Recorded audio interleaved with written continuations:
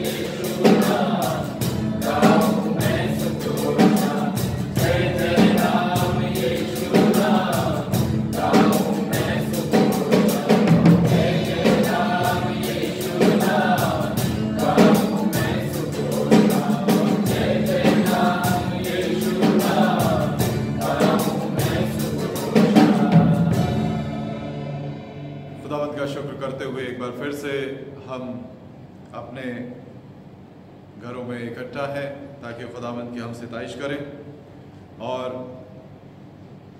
उसके वचन के ऊपर गौर कर सकें। साथ ही साथ हमारे लिए एक प्रार्थना का विषय भी है। जैसा कि आप सब जानते हैं, भाई श्यामलाल खुदावंद में सो गए हैं। आप अपने परिवार के बीच में जब भी प्रार्थना करते हैं, उनके बेटे सुमित, बहू प्रिंसी और बेटी अंजलि के लिए निरंतर प्रार्थना करते रहें। टेलीफोनिक माध्यम से उनसे बातचीत करें, उनको ढांढस दें ताकि वो बच्चे अपने आप में अकेला महसूस ना करें। हमारे लिए कलीसियाई रूप से एक क्षति है, पर हम खुदावंद का शुक्र करते हैं उनकी ज़िंदगी के लिए कि जब तक वो रहे हमारे साथ संगति करते रहे। और बहुत उनका एक बड़ा योगदान है शालोम मेथोडिस्ट चर्च के लिए कि उनका यहाँ एक स्थायी निवास, उनका पैतृक स्थान ये रहा है। उन्हीं के प्रार्थनाओं, ऐसे ही लोगों के प्रार्थनाओं के माध्यम से इस कलीसिया की स्थापना हुई है, इस भवन की स्थापना हुई है। इन सारी बातों के लिए हम परमेश्वर का धन्यवाद देते हैं। और निरंतर हम एक दूसरे के लिए प्रार्थना करते रहें। इस पैंडमिक टाइम में कोविड-19 जो आप सब को बहुत ज़्यादा इसके विषय में बताने की ज़रूरत नहीं है, अब सब लोग जानते हैं। तो निरंतर एक दूसरे के लिए प्रार्थना करते रहें, एक दूसरे को प्रार्थना में बल देते रहें, ताकि हम सब एक ऐसे जब विपरीत समय में अपने जीवन को जी रहे हैं, बड़े साहस के साथ, नई आशाओं के साथ, नए दर्शनों के साथ इस समय में आगे बढ़ सके। तू आगे। सर्वशक्तिमान जीवित परमेश्वर, अनुग्रहकारी दयालु पिता, तेरे पवित्र चरणों में आते हैं। एक बार फिर से हम तेरा शुक्र अदा करते हैं कि तूने हमें ये जिंदगी दी है। हम में से कोई नहीं जानता खुदाबंद कि कब तक इस संसार में हमारी सांस चलती है, इसलिए जब तक हमारी सांस है पिता परमेश्वर, हर सांस के साथ हम तेरा धन्यवाद करें, तेरा शुक्र करें, तेरा गुणानुवाद करें। मेरे परमेश्वर, एक बार फिर हम तमाम बातों के लिए तेरा शुक्र करते हुए अपने प्रिय परिवार को, भाई श्यामलाल के परिवार को तेरे हाथों में देते हैं। अपनी शांति से उस परिवार को भरें, अपनी उपस्थिति से उस रिक्तता को दूर करें। हम प्रार्थना करते हैं पिता परमेश्वर उन लोगों के लिए, अपने कलीसिया के और तमाम लोगों के लिए जो इस समय स्पेशल कोरोना ड्यूटी में है। खुदावंद उनके साथ हों। दुआ करते हैं सिस्टर ममता के लिए, जब वो इस समय ड्यूटी पर हैं, अपनी सहायता करें और सामर्थ्य दें पिता परमेश्वर, कि तेरी सामर्थ्य में होकर, तेरी सुरक्षा में होकर वो अपनी इस ड्यूटी को बेहतर तरीके से पूरा कर सकें। हम प्रार्थना करते हैं जबकि वो ड्यूटी पर हैं, पीछे भाई नवीन शुक्ला अपने बच्चों के साथ हैं, ऐसी सामर्थ्य दें परमेश्वर उनको भी कि वो अपने परिवार को सही तरीके से संभालें, बच्चों के साथ हों, वो भी अपनी जिम्मेदारी को समझें। हम प्रार्थना करते हैं प्रभु इस समय सिस्टर रेनू बर्नार्ड की बड़ी बहन के लिए, जो इस समय काफ़ी अस्वस्थ है। मेरे परमेश्वर दया करें और होने दे पिता परमेश्वर अपनी उस तकलीफ से वो बाहर आएँ और खुदावंद तेरे नाम का गुणानुवाद करें। हम दुआ करते हैं कलीसिया के हर एक जन के लिए, हर एक व्यक्ति के लिए, हर एक को अपने पवित्र लहू के दायरे में रखें। खुदावंद बच्चों के साथ हों, उनके पढ़ने में सहायक हों, बुद्धि ज्ञान समझ से परिपूर्ण करें। जो बच्चे हमारे बाहर से आ गए सुरक्षित, उनके लिए हम तेरा धन्यवाद देते हैं। और आगे के लिए जो उनके जीवन के लिए तूने सोचा है, जो योजना है खुदावंद, वे पूरी हों और तय समय में और सही तरीके से और आगे बढ़ते हुए वे पूरी हो सकें। दया करें, हमारे साथ हों। इस आराधना को तेरे सामर्थ्य हाथों में सौंपते हुए प्रार्थना प्रभु यीशु मसीह के पवित्र नाम में मांगते हैं, आमीन। खुदावंद का कलाम मेरे साथ निकाल लीजिए। आज मीका की किताब, उसका 6वां अध्याय,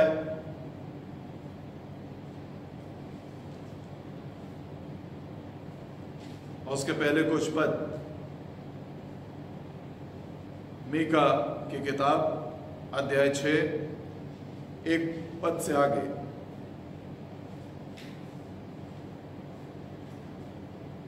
यहाँ इस तरह से लिखा है, चैप्टर 6 1 to 4। जो बात यहोवा कहता है उसे सुनो, उठकर पहाड़ों के सामने वाद विवाद कर और टीले भी तेरी सुनने पाए। हे पहाड़ों और हे पृथ्वी की अटल नींव, यहोवा का वाद विवाद सुनो, क्योंकि यहोवा का अपनी प्रजा के साथ मुकदमा है और वो इज़राइल से वाद विवाद करता है। हे मेरी प्रजा, मैंने तेरा क्या बिगाड़ा है? क्या करके मैंने तुझे उकता दिया है? मेरे विरुद्ध साक्षी दे। मैं तो तुझे मिस्र देश से निकाल ले आया और दासत्व के घर से तुझे छुड़ा लाया, और तेरी अगुवाई करने को मूसा, हारून और मरियम को भेज दिया। परमेश्वर अपने वचन के पढ़े और सुने जाने पर आशीष दे।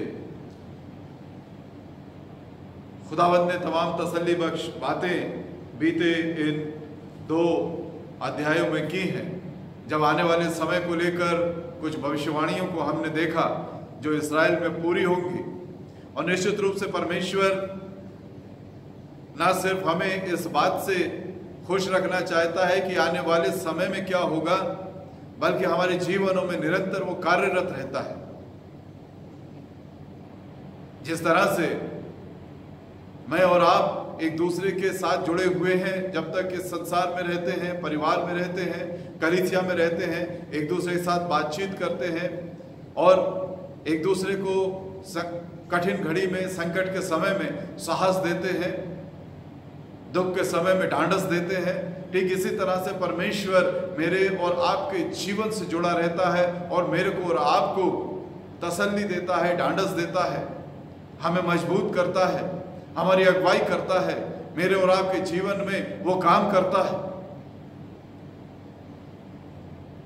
यही नहीं है कि वचन में ये लिखा है कि ऐसा ऐसा होगा, बल्कि आज कि सुबह इस आराधना में मैं और आप इस बात को देखने पाएंगे कि क्या क्या हुआ और क्यों परमेश्वर आज इस छठे पद में इस एक अलग तरीके की भाषा का इस्तेमाल यहाँ पर करता है। इसे हम एक कोर्ट लैंग्वेज के रूप में समझते हैं, जिस तरह से वो लॉयर्स आपस में बातचीत करते हैं इन द प्रेजेंस ऑफ जज, और वो तमाम आरोप प्रत्यारोप की भाषा का प्रयोग किया जाता है, तमाम साक्षियों का जिक्र किया जाता है, गवाहियों का जिक्र किया जाता है, कामों का जिक्र किया जाता है। उस कोर्ट लैंग्वेज को मैं और आप यहाँ पर देखने पाते हैं। वो कानूनी भाषा जिसे हम कह सकते हैं, आज यहाँ मीका के माध्यम से परमेश्वर अपने लोगों से उसी भाषा में, उसी तर्ज पर, उसी तरीके से बातचीत करता है और वो ये कहता है, जो बात यहोवा कहता है, जो बात यहोवा कहता है उसे सुनो।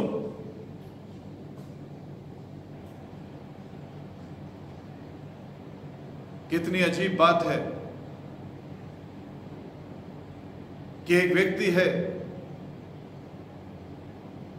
जो बीच में है, इन लोगों के दरमियान है, और खुदा का ये जन मीका लोगों से आग्रह कर रहा है, इस बनी नौ इस्राएल से आग्रह कर रहा है, इन लोगों से जिन्हें परमेश्वर अपना बेटा, अपना जेठा, अपना लोग, अपनी प्रजा जिसे कहा है, याजकों का समाज जिसे कहा है, चुना हुआ जिन्हें कहा है, अब्राहम के वंशज जिन्हें कहा है, वे एक ऐसी जाति जो आशीषित थी, जिसे लेकर उस प्रॉमिस लैंड में परमेश्वर ने रखा है। आज उन लोगों से एक व्यक्ति कहता है कि यहोवा की बात सुनो, जो बात यहोवा कहता है उसे सुनो। हम जानते हैं परमेश्वर मूसा के माध्यम से, अपने लोगों के माध्यम से निरंतर अपने लोगों से बातचीत करता रहा है और निरंतर परमेश्वर ने ये चाहा है कि वे लोग उसकी बात को सुने और उसके अनुसार अपने जीवन में आगे बढ़ें। सो ये मीका आज ऊंचे शब्द में पुकार कर उस मंडली के सामने, उस प्रजा के सामने, उस नगर के लोगों के सामने, उस शहर के लोगों के सामने इस बात को कह रहा है कि यहोवा जो कह रहा है उस बात को सुनो। उठकर पहाड़ों के सामने वाद विवाद कर और टीले भी तेरी सुनने पाए। वो लोगों को एक चैलेंज कर रहा है, वो लोगों के सामने एक बात को बड़ी मुस्तैदी के साथ, बड़े प्रमाण के साथ रखना चाहता है और वो ये कहना चाहता है कि तुम अपने घरों से बाहर निकलो, अपने दायरों से बाहर निकलो और जरा उन रास्तों पर, उन स्थानों पर घूम कर आओ, जरा अपने चारों ओर देखो। क्यों वो लोगों से कहता है कि उठकर पहाड़ों के सामने वाद विवाद कर और टीले भी तेरी सुनने पाए। अब आपस में दो लोगों की बात नहीं है, लेकिन यहां पर वो चाहता है कि कोई गवाह हो, कोई ऐसा व्यक्ति हो जिसने इन दोनों की बात को सुना है। और ऐसा व्यक्ति किसको चुन सकते हैं? कौन है जो पीढ़ी दर पीढ़ी उनके साथ बना रहा है? कौन ऐसा व्यक्ति हो सकता है, कौन इतना उम्रदराज हो सकता है जिसने ये देखा हो कि ये बनी नौ इस्राएल मिस्र की बंधुआई में थी, ये 40 साल तक उस जंगल में, उस बयाबान में परमेश्वर के साथ चलती रही।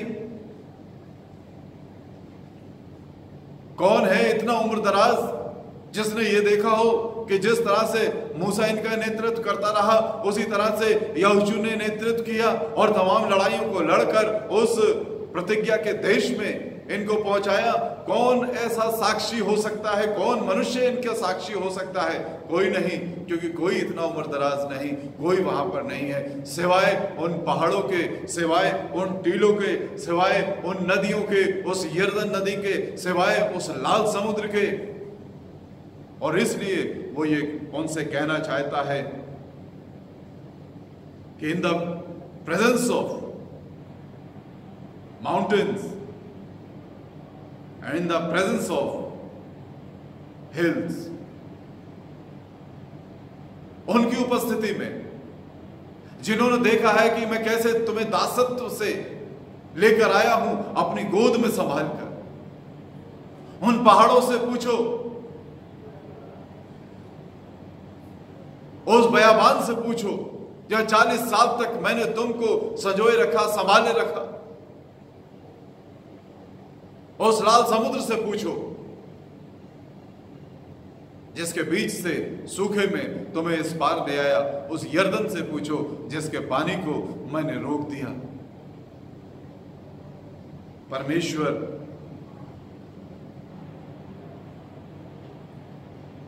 अपनी उस कायनात को जिसे उसने रचा है, उस सृष्टि को अपना साक्षी बनाना चाहता है। और ये अभी की बात नहीं है। अगर आप मेरे साथ निकालें, जल्दी से हम लोग इस बात को देखें, व्यवस्था विवरण की किताब और उसके 4 पद में 26वीं आयत में हम इस तरह से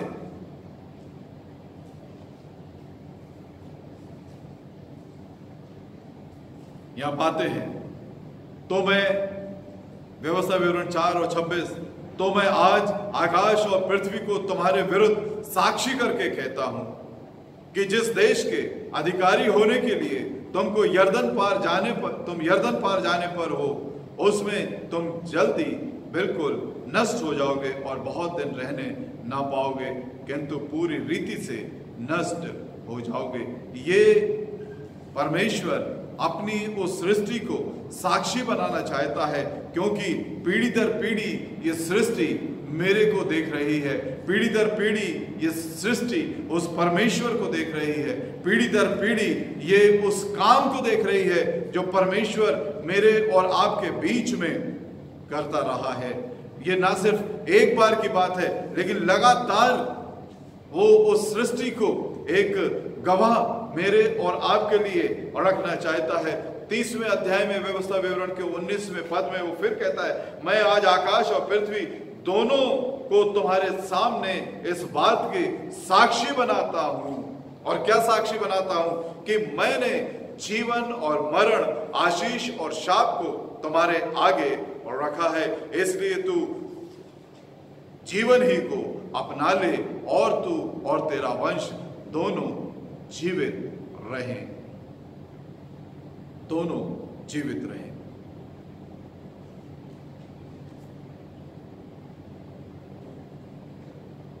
परमेश्वर ने हमेशा उनके सामने उस अच्छे और बुरे मार्ग को दिखाया है, उनकी अगुवाई की है, उनकी काउंसलिंग की है, उनको बताया है, अपने अगुए उनके साथ रखे हैं, अपने लोगों को उनके साथ रखा है, उन भविष्यवक्ताओं को उनके साथ रखा है जो निरंतर उनको सही और गलत मार्ग बताते रहे हैं। और हमेशा से उसकी मंशा ये रही है कि वो उस मृत्यु के मार्ग को छोड़कर उस जीवन के मार्ग पर आगे बढ़ सके। और परमेश्वर ये पूछना चाहता है, उस सृष्टि को साक्षी रखकर, उस आकाश को साक्षी रखकर, इस पृथ्वी को साक्षी रखकर, उन पहाड़ों को साक्षी रखकर, उन टीलों को साक्षी रखकर, कि मैंने क्या तुम्हारे लिए बुरा किया है, मैंने ऐसा क्या किया है जो आज तुम मेरे विरुद्ध हो गए हो। अब मीका के उस अध्याय में, 6ठे अध्याय में लौटें तो हम इस बात को पाते हैं। वो पूछता है,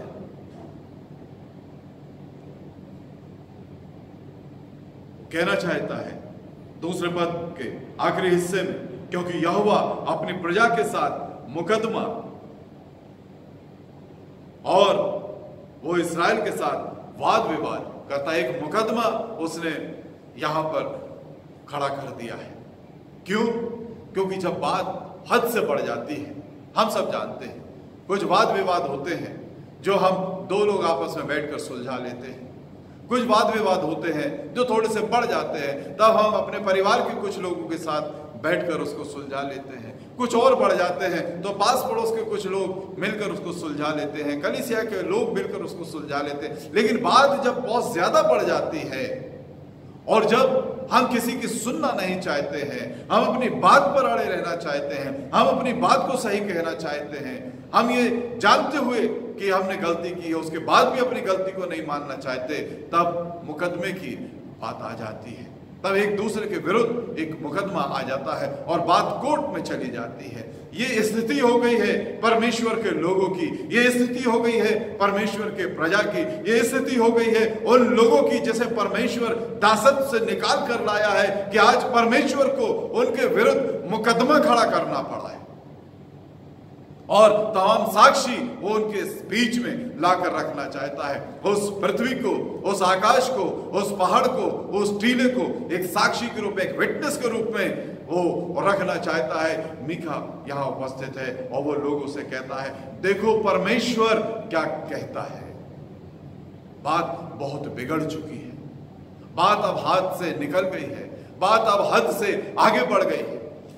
इसलिए परमेश्वर इस मुकदमे को रखता है और बड़ी इन अ वेरी इनोसेंट वे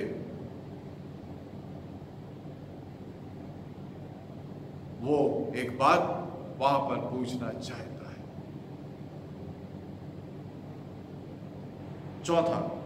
तीसरा पद वो एक बात उनके सामने रखता है और कहता है, हे मेरी प्रजा, मैंने तेरा क्या बिगाड़ा है? Oh my people, what have I done to you? Oh my people, what have I done to you? मैंने तेरा क्या बिगाड़ा है? परमेश्वर पूछना चाहता है। जब हमारी गलती नहीं होती है किसी के ऊपर और हमारा मित्र हमारे ऊपर बिगड़ जाता है, हमारा कोई और साथी हमारे ऊपर बिगड़ जाता है, हमारा परिवार का जन हमारे ऊपर बिगड़ जाता है और मैं ये जानता हूं कि मैंने इसका कुछ गलत नहीं किया है, मैंने कुछ इसकी हानि नहीं की है, मैंने कोई इसको चोट नहीं पहुंचाई है, मैंने कोई इसका नुकसान नहीं पहुंचाया है, और निरंतर वो अपनी बात के ऊपर अड़ जाता है, तो हम उससे पूछते हैं अंत में, और ये एक बहुत ही इनोसेंट वे होता है, और हम उससे पूछते हैं कि भाई मैंने आखिर तुम्हारा क्या बिगाड़ा है? वो परमेश्वर जो क्षण भर में एक चुटकी बजाते हुए सब कुछ कर सकता है, नेस्त नाबूद कर सकता है, सब खत्म कर सकता है, उसके बावजूद भी वो यहां पर एक चांस देता है, एक और मौका देता है, पूछता है मैंने तुम्हारा क्यों बिगाड़ा है? तुम क्यों अपनी चाल में इतने बिगड़ गए?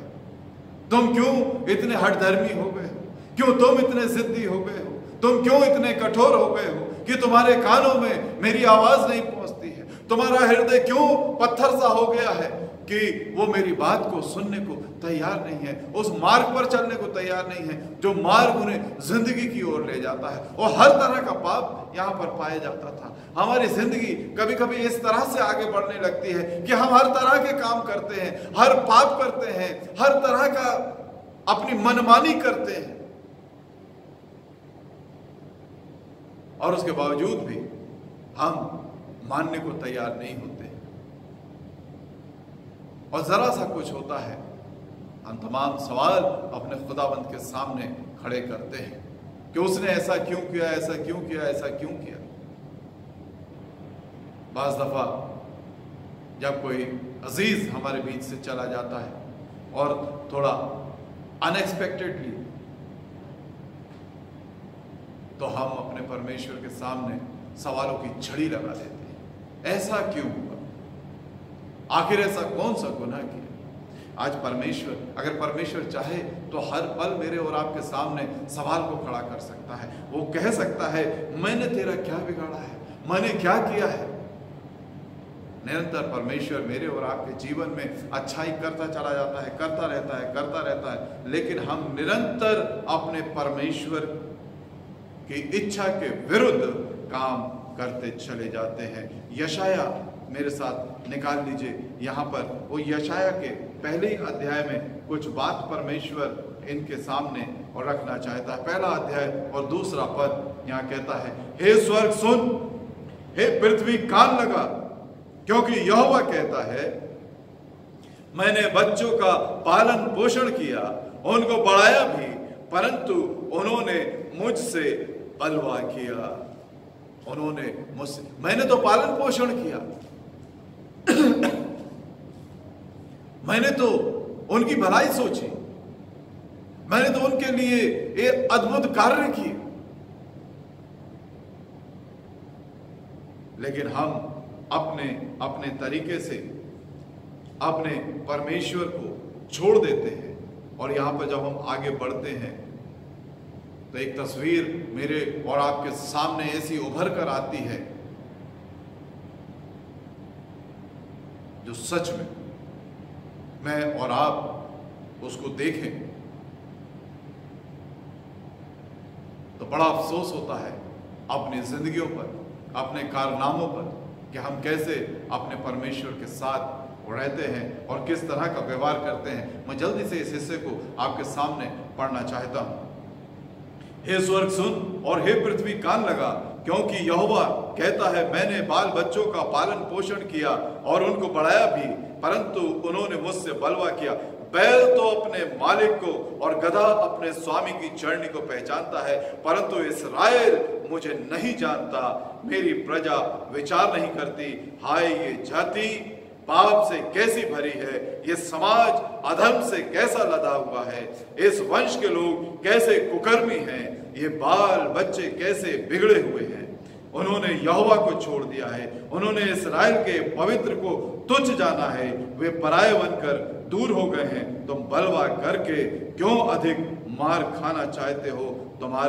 तुम्हारा सिर घावों से भर गया है, तुम्हारा हृदय दुख से भर गया है, पांव से सिर तक कहीं भी कुछ भी आरोग्यता नहीं, क्यों केवल चोट और कोड़े की मार के चिन्ह और सड़े हुए घाव हैं, जो ना दबाए गए हैं, ना बांधे गए हैं, ना तेल लगाकर नरमाए गए हैं। तुम्हारा देश उजड़ा पड़ा है, तुम्हारे नगर भस्म हो गए हैं, तुम्हारे खेतों को परदेसी लोग तुम्हारे देखते देखते निकल गए, वो परदेसियों द्वारा नष्ट किए गए देश के समान है।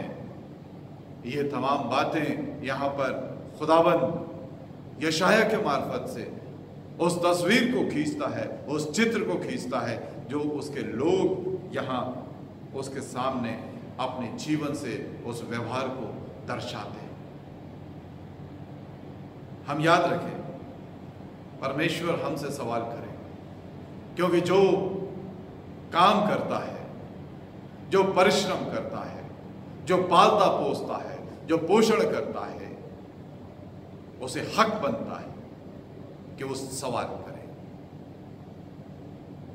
हर पीढ़ी में बच्चे अपने माँ बाप से सवाल करते रहे हैं, तुमने हमारे लिए क्या किया? लेकिन माँ बाप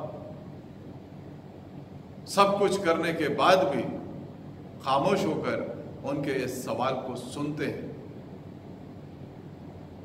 अगर वो गिनाना चाहें तो बहुत कुछ गिना सकते हैं।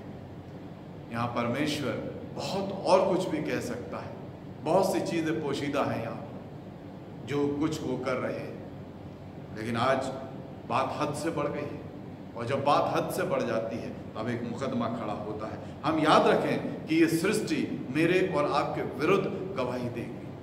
हम ये ना समझें कि मुझे किसने देखा, क्योंकि संसार में कोई ऐसी जगह नहीं है जहां पर हम जाकर पाप या अपराध करते हैं या अपनी मनमानी करते हैं और कोई हमें देख ना रहा हो। कहीं ना कहीं हम इस जमीन पर खड़े होते हैं, कहीं ना कहीं हम इस हवा में खड़े हैं, कहीं ना कहीं हम इस आकाश के नीचे हैं, और उस समय ये मेरे और आपके विरुद्ध गवाही देंगे, मेरे और आपके विरुद्ध गवाही देंगे। मत्ती 10:14 में इस सृष्टि की एक बात समझ में आती है, और वो ये है कि तुम नगर नगर जाओ और जो नगर तुम्हें ग्रहण ना करे, जो लोग, जिस नगर के लोग तुम्हें ग्रहण ना करें, वहां अपने पांव की धूल झाड़ देना। क्यों? क्योंकि न्याय के दिन वही धूल साक्षी होगी कि परमेश्वर का जन आया था, इनसे बातचीत की थी, सुसमाचार की बातचीत की थी, उद्धारकर्ता की बातचीत की थी, लेकिन इन्होंने ना सुना। वो धूल गवाही देगी पांव की। लूका 19:40 में कुछ इस तरह से है कि जब प्रभु यीशु मसीह को वो राजा बनाए हुए उस यरूशलेम में लेकर आते हैं तो कहते हैं कि इन लोगों से कहे चुप हो जा, अपने चेलों से कहे चुप हो जा। प्रभु यीशु मसीह कहते हैं अगर ये चुप हो गए तो ये पत्थर चिल्ला उठेंगे। मायने उसके बहुत से हैं। ये सवाल ये है मेरे और आपके सामने, समझने वाली बात ये है कि हर चीज बोलेगी, परमेश्वर हर एक चीज से बुलवा लेगा। और तब हमें बड़ा ताज्जुब होगा कि पत्थर भी बोलता है, पहाड़ भी बोलता है, टीले भी बोलते हैं, नदियां भी बोलती हैं, सागर भी बोलते हैं। और जानिए अगर उनकी भाषा, उनके शब्द मेरे विरुद्ध हो गए तो फिर मेरे और आपके लिए एक बड़ी कठिन घड़ी हो सकती है। ये समय मेरे और आपके लिए है कि हम समझें, अपनी जिंदगियों पर गौर करें और अपनी जिंदगियों पर गौर करते हुए उस तरह से अपने जीवन में आगे बढ़ें जैसे परमेश्वर चाहता है। हम इतने जिद्दी ना हो जाए, इतनी ज्यादा अपनी मनमानी ना करें कि मेरे और आपके विरुद्ध भी परमेश्वर एक मुकदमा खड़ा कर दे। दुआ पढ़िए। सर्वशक्तिमान जीवित परमेश्वर तेरे पवित्र चरणों में है और खुदावन तेरा शुक्र करते हैं तेरे वचन के लिए जो निरंतर हमसे बातचीत करता है। और कि खुदावन ये वचन जो हम पढ़ते हैं, यदि आज हम इसको नहीं मानते तो ये हमारे विरुद्ध एक साक्षी हो। ये कायनात, ये सृष्टि, ये पेड़ पौधे, ये धूल, ऐसा ना हो कि हमारे विरुद्ध साक्षी का काम करे। ये सब कुछ तूने हमारे लिए बनाया है, हम इसमें आनंदित रहें और तेरा गुणानुवाद करें, तेरे नाम की प्रशंसा करें, हमारी अगुवाई करें। प्रभु यीशु के पवित्र नाम को मांगते हैं, आमीन। परमेश्वर का धन्यवाद। आप सब जानते हैं पहला रविवार है और आज हम उस प्रभु भोज की विधि में शामिल होते हैं। अपने अपने घरों में जो आपने तैयारी की है, मैं फिर आपसे कहना चाहता हूं, जो परिवार के बड़े सदस्य हैं, पिता हैं या माँ हैं या कोई और बड़ा सदस्य, वो तैयारी के साथ बैठें। किसी भी तरह का मीठा पेय आप ले लीजिए और उस पेय के साथ रोटी घर की या ब्रेड उसको रखिए और उसे प्रभु यीशु मसीह के लहू और बदन के रूप में जब ये प्रार्थना हो जाती है एक बांटें और साथ मिलकर खाएं और खुदा का शुक्र करें।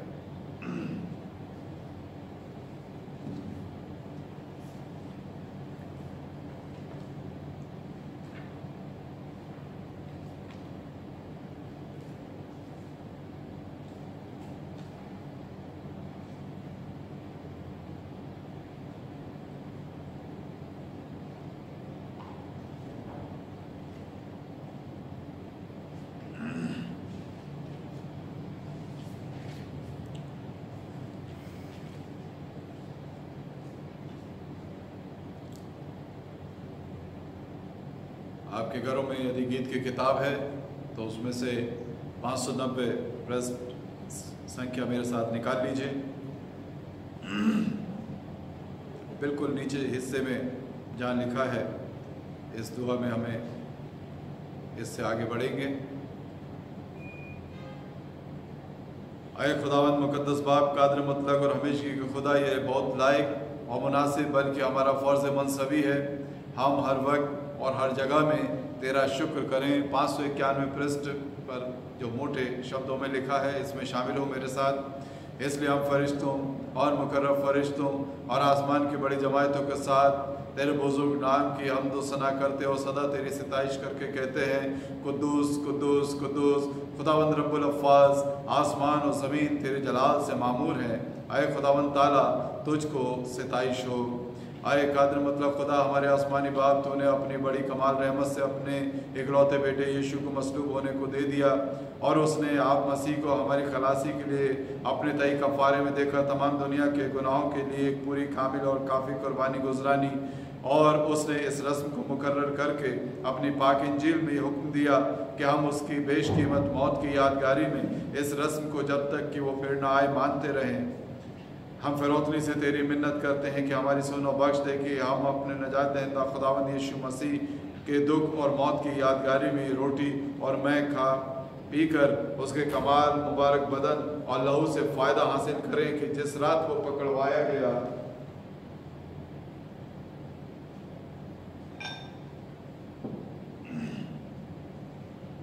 उसने रोटी ली और शुक्र करके तोड़ी और अपने शागिर्दों को देकर कहा, लो खाओ, ये मेरा बदन है जो तुम्हारे लिए दिया जाता है, तुम मेरी यादगारी के लिए यही किया करो। और इसी तरह उसने खाने के बाद प्याला भी लिया और शुक्र करके उनको दिया और कहा, तुम सब इससे पियो, ये नए अहद का मेरा लहू है जो तुम्हारे और बहुतों के गुनाहों की माफ़ी के लिए बहाया जाता है। जब जब तुम उसे पियो मेरी याद के लिए पिया करो।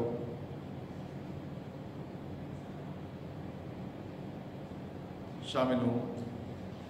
आए रहीम खुदा, हम अपनी राजबाजी पर तकिया रखकर तेरे दस्तरखान के पास नहीं आ सकते, पर तेरी बेशुमार और बड़ी रहमतों पर भरोसा रख के आते हैं, क्योंकि हम इस लायक भी नहीं हैं कि जो चूर चार तेरे दस्तरखान पर से गिरते हैं उनको उठा लें, पर तू वो खुदा है जो कि सदा रहमत फरमाता है। इसलिए मेहरबान खुदा, बख्श दे कि हम इस तौर से तेरे प्यारे बेटे यीशु मसीह के जिस्म को खावें और उसके लहू को पिएं कि हमारे गुनाह आलूदा जान और जिस्म उसकी मौत के वसीले पाक किए जाएं और उसके बेशकीमत लहू से साफ़ हों और कि हम उसमें हमेशा रहें और वो हम में। आमीन। आप एक दूसरे को, परिवार के जो बड़ा सदस्य है वो परिवार के लोगों को रोटी दे और वो शरबत दे और खुदावंद यीशु मसीह के लहू और बदन के रूप में आप जो इसे स्वीकार करते हैं तो ये भी स्वीकार करते हैं कि हम अब मसीह के साथ साथ अपनी ज़िंदगी बसर करेंगे। सो आपने जो इसे ग्रहण किया है, खुदा आपको बड़ी बरकत दे और तसल्ली दे। दुआ मांगे। जीवित और सामर्थी परमेश्वर, तेरे चरणों में आते हैं, धन्यवाद देते हैं आज के इस समय के लिए और इस मेज़ के लिए। खुदाबंद,